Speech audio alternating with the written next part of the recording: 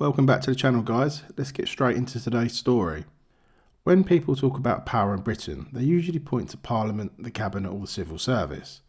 What they talk about far less is the quiet influence of the legal world, the barristers, judges, advisors and campaigners who reshape the rules without ever facing a ballot box. And one of the most revealing case studies of that hidden influence sits right at the intersection of politics, law and charity. The long shadow cast over UK charity law during and after the New Labour years. At the centre of that period was a fundamental shift in how charities were defined, regulated and politically engaged. It wasn't loud, it wasn't dramatic, but it permanently altered what charities are allowed to do, what they're expected to represent and how closely they can align with political causes. And the legal culture driving those changes matters. Before the 2000s, charity law in Britain was relatively clear. Charities existed for specific public benefits: poverty relief, education, religion, health and community support. Political neutrality was not optional, it was foundational. Charities could inform debate, but they were not meant to campaign like pressure groups. They were expected to serve the public, not steer policy. Now, that clarity began to erode under New Labour. The landmark moment came with the Charities Act 2006, which fundamentally rewrote the definition of public benefit. For the first time, charities were required to actively demonstrate public benefit rather than relying on long-standing presumptions.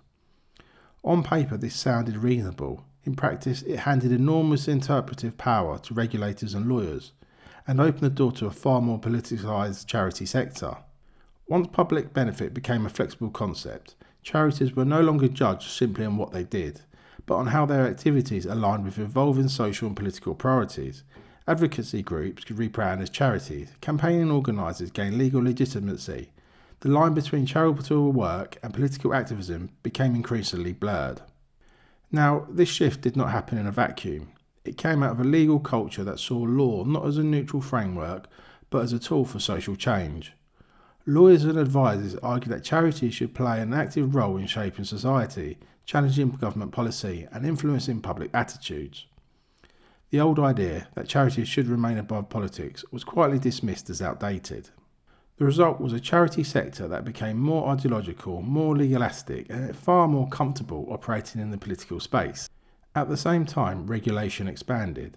The Charity Commission gained greater powers, but also greater discretion.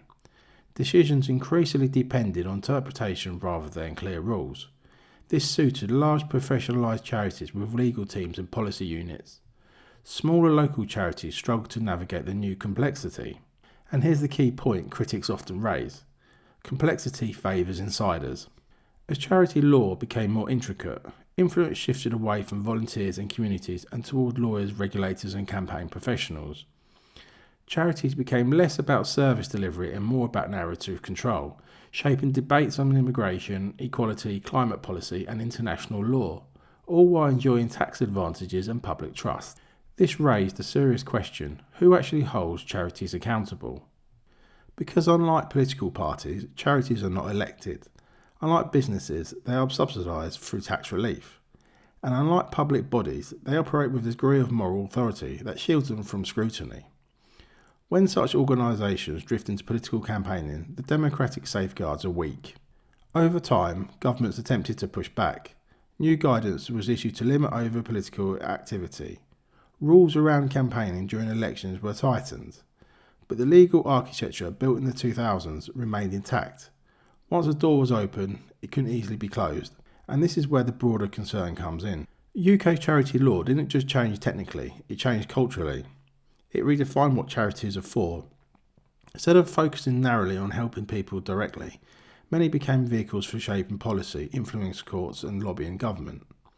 This shift aligned closely with the worldview of a legal class that sees litigation, advocacy and institutional pressure as legitimate substitutes for democratic consent. From a right-wing perspective, this is deeply troubling, because charity status confers credibility. It tells the public, this organisation is neutral, it exists for the common good. When that status is used to advance political agendas, the public is misled.